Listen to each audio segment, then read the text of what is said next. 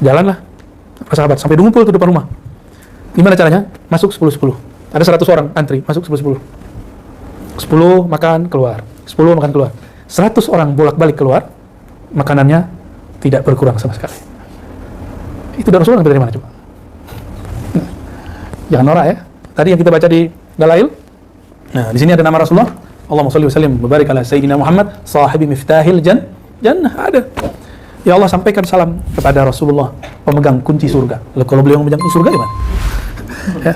Lahum ma yasha'una fiha wa ladaina mazid. Apa yang mereka mau kami kasih, mau nambah kami kasih.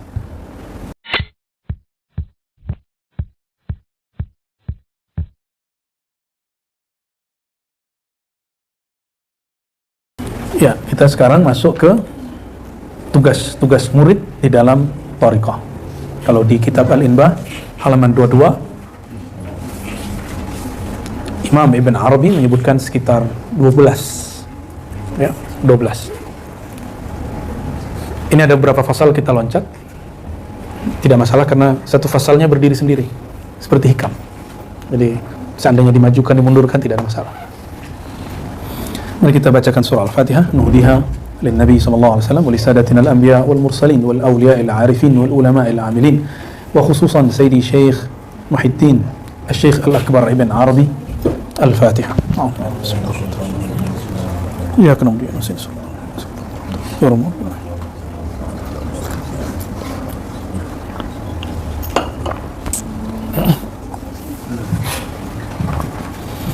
بسند المتصل الإمام الشيخ الأكبر محي الدين بن عربي قال: كل مريد لا يلقي على نفسه في أوان إرادته 12 وظيفة فليس بمريد. كل مريد, setiap murid. Kita ini disebut murid karena berkehendak ingin mengenal Allah, karena berkehendak ingin wusul, merasakan hadirnya rohani kita, kehadiran Allah Subhanahu wa Ta'ala. Maka Imam Ibn Arabi memberikan rumusan adab-adab. Ini adab-adab besar, kita lakukan semampunya, ya. Kalau nggak mampu ya dicicil, jangan ditunda-tunda. Nah, kullu murid ini tidak ada pengecualian, semua kullu murid, kecuali majzub. Majzub tidak disebut murid, ya. Murid berarti salik. Jadi kalau di level macam-macam thariqah itu kan ada thariqah 3 yang saya sebut biasanya. Thariqah sufi itu salik, murid. Thariqah majzub itu muhib, ahli mahabbah. Yang ketiga thariqah malamatiyah. Kita ini yang pertama ini. Antum gak akan sanggup ngikutin wali majzub dan juga gak akan sanggup ngikutin wali malamatiyah, ya. Tapi kita ihtiram kalau ketemu wali majzub, kita tasdik kalau ketemu wali malamatiyah. Husnuzan, karena ujian malamatiyah husnuzan. Selalu husnuzan atau suuzan, baik sangka atau buruk sangka, nggak lebih dari itu, ya. Tasdik atau inkar. Nah, kita yang pertama ini. Nah, kalau di majzub dia punya sistem yang, kalau di filsafat itu ada aliran namanya post struktural. Jadi dia nggak mau ngikut program, di jalannya jalan sendiri. Dia nggak ada rambu-rambu deh. Itu majzub pemalam-malamat itu nggak ada rambu-rambu. Mereka tidak pernah ingkar syariat. Tapi jangan antum berharap melihat mereka mengamalkan syariat, kecuali mereka lagi halnya sufi. Majzub, orang majzub gimana mau? Majzub kan urfi anhul qalam. Majzub itu ada orang mabuk 70 kali lipat dari majzub, daripada sakr, orang mabuk. Kalau malamatiyah, dia mabuknya disimpan di bagian paling dalam hatinya, aslinya dia mabuk. Tapi Allah beri kemampuan kepadanya menahan mabuknya. Itulah Nabi SAW menyisakan sedikit itu. Tapi Nabi nggak sampai malamatiyah karena beliau lebih kuat.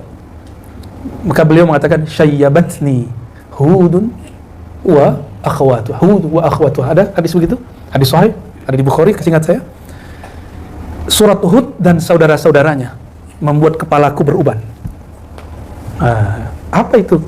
Diusut-usut, banyak ayat-ayat yang berat. Tapi yang paling berat, wastaqim kama umirta. Hei Muhammad, istaqim, hendaklah engkau teguh supaya nggak mabuk. Ya. Ada sahabat Nabi Hudzaifah, ada Hanzalah. Itu orang-orang ketika kena mabuk itu nggak tahan. Jadi sahabat Nabi itu ada yang nggak tahan. Maka ada beberapa riwayat sahabat Nabi beberapa ayat pingsan. Di zaman Sayyidina Al-Hasan Al-Basri dibacain surat Al-Hadid sampai di ayat alam ya'ni lil ladzina amanu an takhsha'a qulubuhum li dzikrillah, pingsan. Kita nyebutnya fana. Gak kuat nahannya. Sayyidina Musa pingsan. Benar ya? Sayyidina Musa pingsan. Jadi ini hal yang bergejolak di dalam hati, mau disampaikan nanti ditakfir orang. Nah, itu yang dikatakan Sayyidina Abdullah bin Abbas.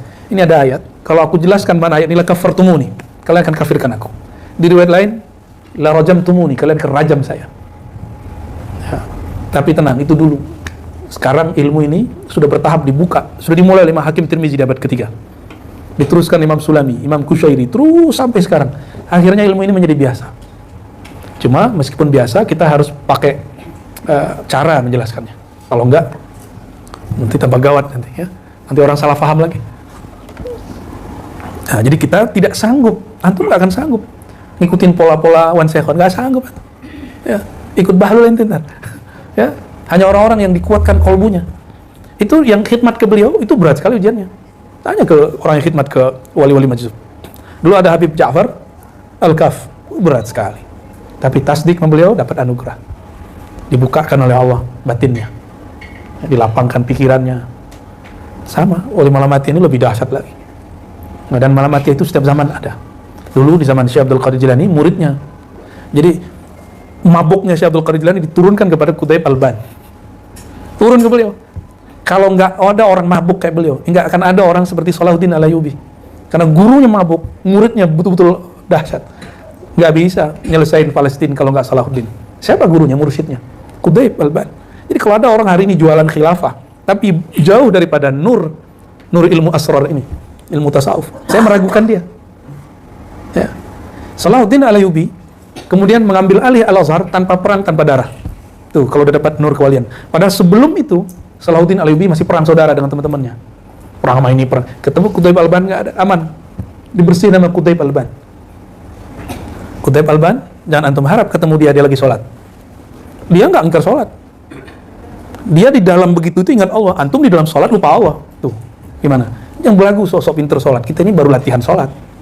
Ya, kita ini baru bener-bener latihan, belum bener-bener sholat. Ya.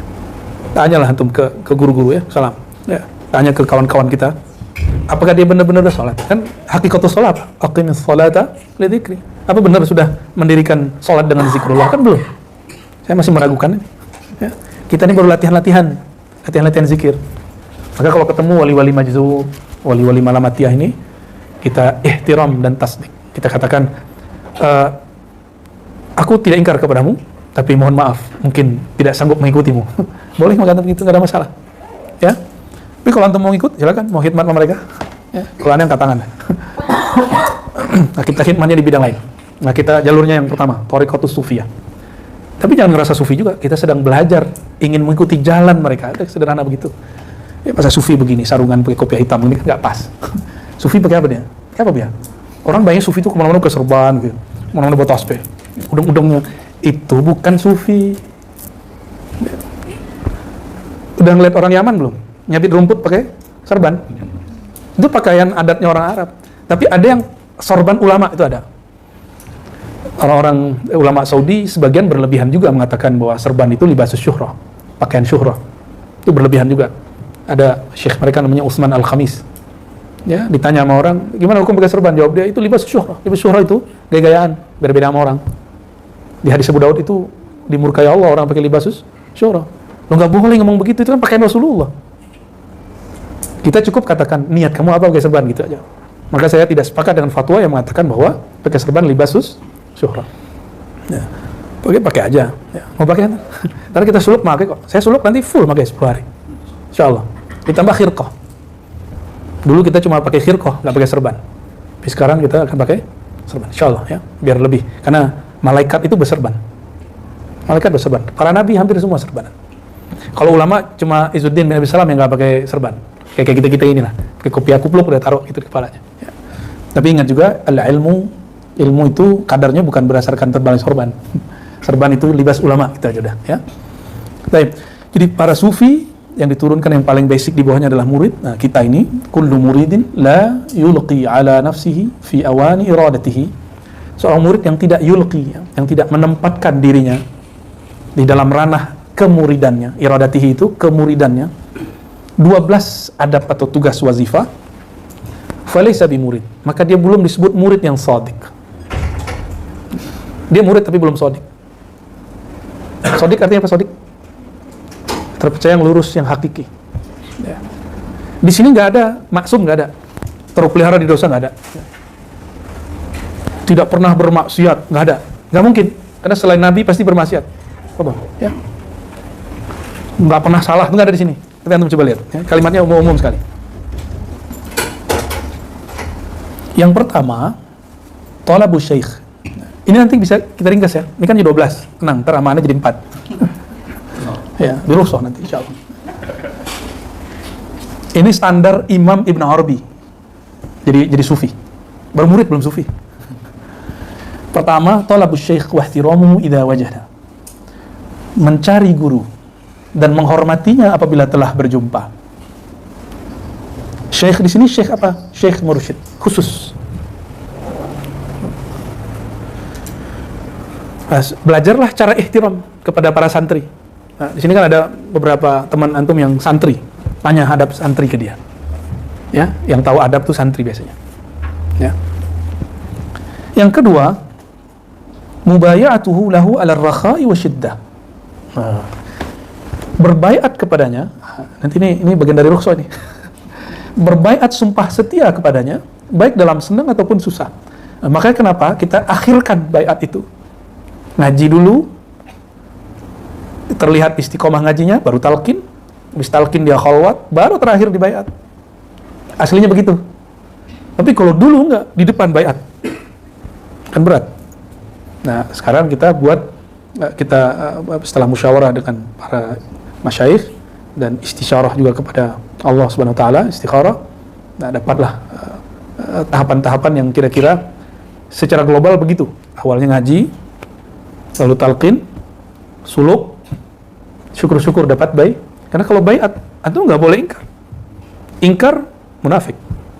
Karena termasuk orang yang idza wa'ada akhlafa. Dia janji, dia ingkar. Makanya saya jarang sekali terima baiat itu. Kalaupun baiat kita meniatkan bukan dari mewakili diri kita, enggak. Tapi mewakili guru-guru kita. Gitu. Walaupun saya dapat izin mentalqin dan membaiat sekaligus. Ya. Kita kemudian mencoba mengolah gimana biar, karena zaman now ini nggak mungkin semua orang siap baiat. Dan belakangan saya lihat Syekh Ali Jum'ah ternyata pandangannya seperti itu. Kata beliau, jangan baiat dulu, talqin aja dulu. Ternyata sama. Ilham itu turun ini kan sama. Nah, karena kita termasuk muhibbin beliau, kita juga dapat isyarat itu. Pas saya lihat videonya, alhamdulillah sama dengan para masyayikh. Ya.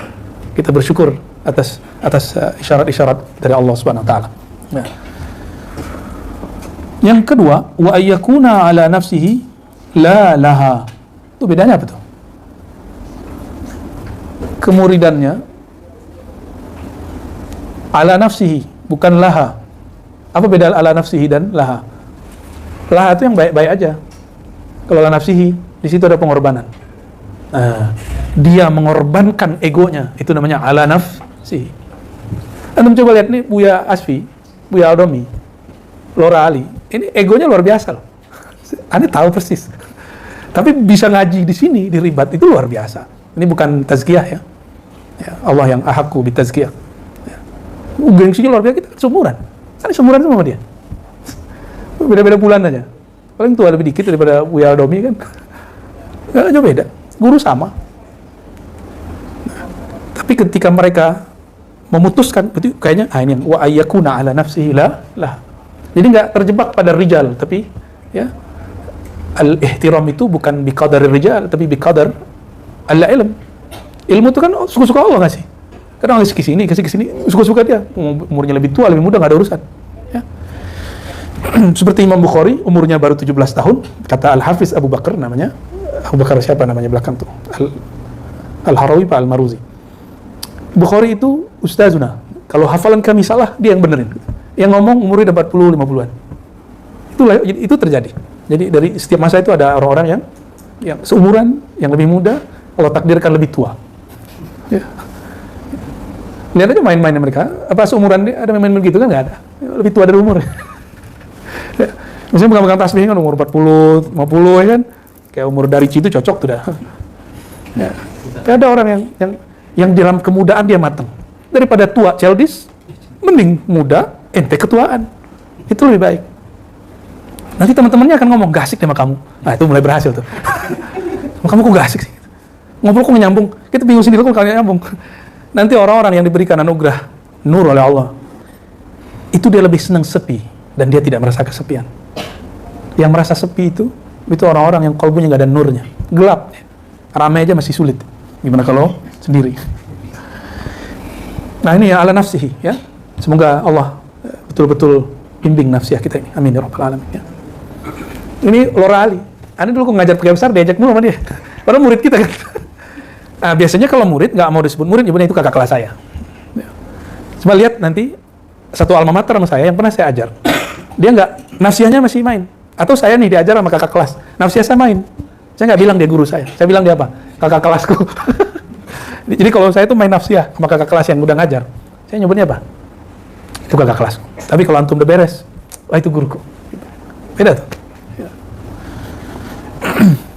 Wa ayyabita wa yusbiha wa laysa li ahadin alaihi haqq. Dia bermalam, yabit, ya. Dia masuk ke siang hari atau malam hari, wa laysa li ahadin alaihi haqq. Tidak ada seorang pun yang punya hak atas dirinya. Maksudnya nggak ada kezaliman kepada orang, nggak ada barang yang diambil. Nah, ini antum ada barang nggak ada yang diambil? Kalau ada balikin pakai apalah gitu. Ada nggak barang diambil dari teman? Lupa ngasih, balikin. Bingung balikin, punya nomor dia, isi aja GoPay dia kan. Itu bisa nggak Bu ya? Salah nggak tuh Bu ya? Dia kan udah lupa nih. Ya, cara kita balikinnya gitu. Nah, hati-hati di situ. Ya, nah, kalau mahasiswa kan buku, ya, utang, apalagi kalau ibu-ibu tuh biasanya ngambil piring tuh. Ya, ibu-ibu kan biasanya lagi ini nih piringnya mirip, atau dia senang piringnya diambil itu. Itu di mana-mana itu. Ya, bukan hanya di sini, di mana-mana itu. Ya. Nah, kalau para peneliti itu suka nyuri manuskrip. Serius. Suka nyuri manuskrip. Jadi manuskrip udah balikin. Nah, itu peneliti-peneliti yang tidak sodik, tapi peneliti-peneliti yang hakiki, yang dia sadar dibalikin. Murid yang hakiki, teman yang hakiki dibalikin pastinya. Ya, sederhana ya. Saya pikir-pikir dulu, ada nggak kitab perpus yang saya bawa ya? Kalau ada kayaknya harus dibalikin segera ini. Sepertinya sudah dibalikin sih ya.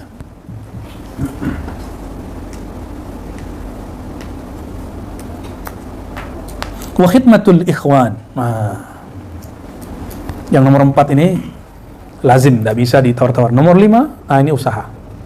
Berkhidmat kepada saudara. Bukan guru dulu, saudara dulu. Teman ngaji. Mulai-mulai ngidangin air. Tuh. Kalau dia datang mempersilakan, mulai. Kalau ada makanan kita dahuluin dia. Nah, itu namanya khidmatul ikhwan. Kapan orang mau berkhidmat? Kalau dalam dirinya, nafsiyahnya sudah beres. Dia menganggap dirinya tidak lebih tinggi dari di sampingnya, baru dia mau khidmat. Kenapa orang kemudian tidak ada masalah khidmat kepada guru? Karena memang guru dianggapnya lebih tinggi. Tapi ada masalah ketika khidmat kepada ikhwan. Kenapa? Dia merasa dirinya lebih tinggi atau setara. Nah, maka antum yang kalau kesini, misalnya kotor nih, kalau ngandelin Idris mulu kan kasihan Idris nih. Idris, Panji, mana siapa lagi? Daus ya, Dawami, kasihan. Nanti kalau kapan ada waktu mau bersih-bersih, kabarin mereka, kami bersih-bersih. Mau ikhwan atau akhwatnya, mau khidmat listriknya, silakan. Mau khidmat apanya, silakan. Itu mulai mendahulukan teman. Kalau tempat kita bersih, yang nyaman siapa? Kita semua, teman kita. Nyaman nggak masuk ke tempat, tempatnya bau. Nah, maka dalam salah satu kunci keberhasilan satu surau zawiyah ribat, tempat thariqah, tempat zikir, tempat ngaji, masjid, surau adalah tempat bersucinya. Jadi ke depan tuh WC harus bersih, kamar mandi harus bersih. Nanti kita sedang setting yang di BSD itu, insya Allah ya, toiletnya harus betul-betul lux, insya Allah ya. Karena kalau nggak bersih taharah di situ, gimana mau bener zikirnya? Apalagi antum yang syak berulang-ulang. Ntar yang berulang-ulang kabarin tim Dewan Mursyidin kita. Nanti ada terapi. Ada langkah-langkahnya. Kan sudah ada yang berhasil. Ya, ada kan sudah berhasil. Dia nggak syak lagi. Wudhu bisa setengah jam. Ya. Orang masuk ke kamar mandi, ke tempat wudhu cakep, keluar-keluarnya basah di mana-mana. Ya. Melupakan esensi wudhu. Sibuknya udah nyampe di kaki, lah kayak telinga kurang naik kaki lagi. Itu tanda-tanda masih belum beres. Nah, itu bisa diterapi nanti. Ada terapinya. Nah, nanti pola-pola itu akan bertahap kita. Intinya sekarang jangan dulu. Sekarang kami sedang berbenah ya. Kita sedang berbenah, sedang mengerjakan apa yang perlu kita kerjakan. Ya. Jadi khidmatul ikhwan wa bi ayyaral fadla lahum fi khidmatihi in qabiluhu qadiman. Kalimatnya. Bahwasannya dia melihat al-fadla lahum. Ada keutamaan pada temannya, sahabatnya, ikhwan. Fi khidmatihi, terutama ketika berkhidmat kepada mereka. In qabiluhu, apalagi jika qabiluhu mereka menerimanya sebagai khadiman, pelayan. Nah, maka nanti kita ada asas dalam jamaah kita. Jadi jamaah kita sebut ikhwan dan akhwat. Ya, bukan ikhwan akhwat versi pergerakan di luar, ini ikhwan akhwat versi thariqah. Ya, karena istilah ikhwan akhwat yang dimulai oleh Syekh Hasan Al-Banna itu berdasarkan inspirasi thariqat Syaziliyah. Ya, maka kita juga akan menghidupkan kembali. Ternyata Abah Anom qaddasallahu sirrahu, ya, beliau juga menggunakan ikhwan untuk murid-muridnya. Maka ikhwan thariqah, salah satu sebutan kita nanti ada slogan al-ikhwan sama dengan pelayan. Ikhwan sama dengan khadim. Itu slogan kita nanti. Silakan nanti dirumuskan Buya ya. Ikhwan itu pelayan. Nah, insyaallah semoga kita berthariqah itu tidak hanya untuk diri, tapi juga untuk masyarakat. Nah, kita mulai nanti insyaallah. Wa hajrul aghniya. Hajru. Apa arti hajru? Ayyahjura akhahu fawqa 3 ayyam. Kan itu ada hadisnya. La yahillu li muslimin ayyahjura akhahu fawqa 3 ayyam. Tidak halal bagi seorang muslim tidak menyapa, tidak nyambangi orang-orang yang aghnia. Aghnia ini super kaya, bukan so kaya. Ya. Nah, maka hajrul aghnia berarti menjauhi orang-orang yang sibuk dengan dunia. Ini untuk murid, bukan untuk guru. Kalau guru nanti dikejar sama ahli dunia, tenang aja tuh. Guru itu nggak perlu dideketin. Apalagi zaman politik begini ya. Sudah banyak tuh yang mau datang tuh ya, ke buya-buya gitu ini banyak yang mau datang. Coba aja lihat kalau mau pilkada, mau pemilu, kiai-kiai didatangin. Ada yang berharap doa, ya ini masih bagus. Ada yang berharap si kiai ngajak jamaahnya, itu yang kurang ajar nih. Ente politisi kurang ajar tuh. Ya. Kalau ada yang begitu tolak. Tapi kalau dia minta doa, orang minta doa nggak? Nggak apa-apa ya. Wa suhbatul fuqara. Nah, kalau untuk murid, mulailah suhbah. Sohbet kalau bahasa Turki mungkin berarti pengajaran. Tapi kalau suhbah itu bersahabat. Fuqara orang-orang yang sederhana. Saya tidak sebut miskin, orang sederhana. Fuqara hakiki bukan yang miskin secara ekonomi. Fuqara hakiki al-muqtasid, orang yang sederhana. Ya, dia berkendaraan, dia pakai baju bagus, tapi kehidupan dia sederhana. Ya, itu fuqara. Antum al-fuqara'u ilallah. Kalian itu fuqara kepada Allah. Hakikatul faqr kata Imam Surawardi, bukan kamu lusuh, bukan kamu kemudian pakaianmu jelek, bukan. Bukan kamu tidak ada kerjaan, bukan. Hakikatul faqr itu ketika hati bergantung kepada Allah Subhanahu wa taala. Gimana? Hatinya sudah bergantung belum? Ya. Nah, kalau di Malamatiyah lain, di Majzub lain. Majzub Malamatiyah. Oh, itu antum kayak mungkin ujiannya dibalik. Ini kan murid. Kalau di Malamatiyah bukan hajrul aghnia, deketin, perotin kalau bisa. Karena itu cara tarbiyah mereka kepada aghnia. Seperti Sidi Ali Al-Khawas ditemui oleh Imam Sya'rani, apa yang dijadiin? Itu semua kitabmu, asetmu, satu kitab itu sama dengan sekian emas. Suruh bakar, suruh jual. Jual duitnya bagi-bagi. Bagi siapa? Kepada fuqara. Fuqara itu muridnya Ali Al-Khawas semua, baginya ke dia, mereka juga. Karena Sidi Syekh Ali Al-Khawas termasuk wali Malamatiyah. Enggak disebut di sananya Khidriyah. Di kitabnya disebut Khidriyah. Karena beliau mengatakan akhadtu an Al-Khidr alaihissalam mubasyarah. Aku ngambil langsung dari Sayyidina Al-Khidr. Jadi kalau di thariqah sufi ini gini modelnya. Nah, kalau di Majzub dan Malamatiyah dibalik. Maka jangan disamakan. Jangan disamakan. Antum melihat Wan Sekhon pakai baju tentara lalu pro dengan salah satu calon presiden kemarin. Nah, itu kan kebalikan ini. Jadi jangan disamakan. Nggak boleh disamakan. Dan kita nggak boleh suzon dengan beliau ketika beliau begitu. Ya. Wal mubadaratu wal imtithal lima ya'murunahu bihi min aghradihim. Ya, himnya kepada fuqara. Bersegera, mubadarah wal imtithal, dan segera melakukan mewujudkan apa yang mereka ajak, yang mereka perintahkan, min aghradihim, dari keperluan mereka.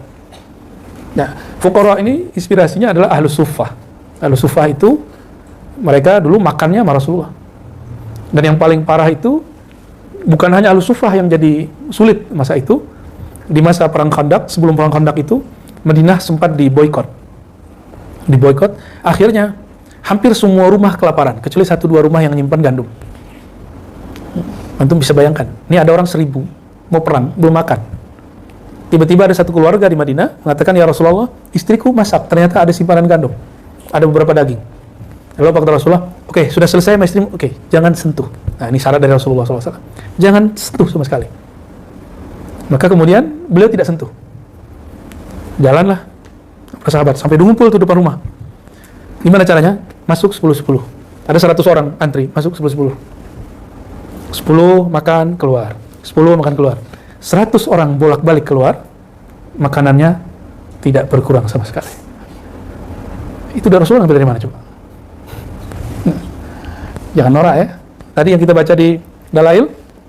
Nah, di sini ada nama Rasulullah. Allahumma shalli wa sallim mubarik ala sayyidina Muhammad sahibi miftahil jannah. Ada. Ya Allah, sampaikan salam kepada Rasulullah, pemegang kunci surga. Lalu kalau beliau memegang kunci surga gimana? Ya. Lahum ma yasha'una fiha wa ladaina mazid. Apa yang mereka mau kami kasih, mau nambah kami kasih. Itu.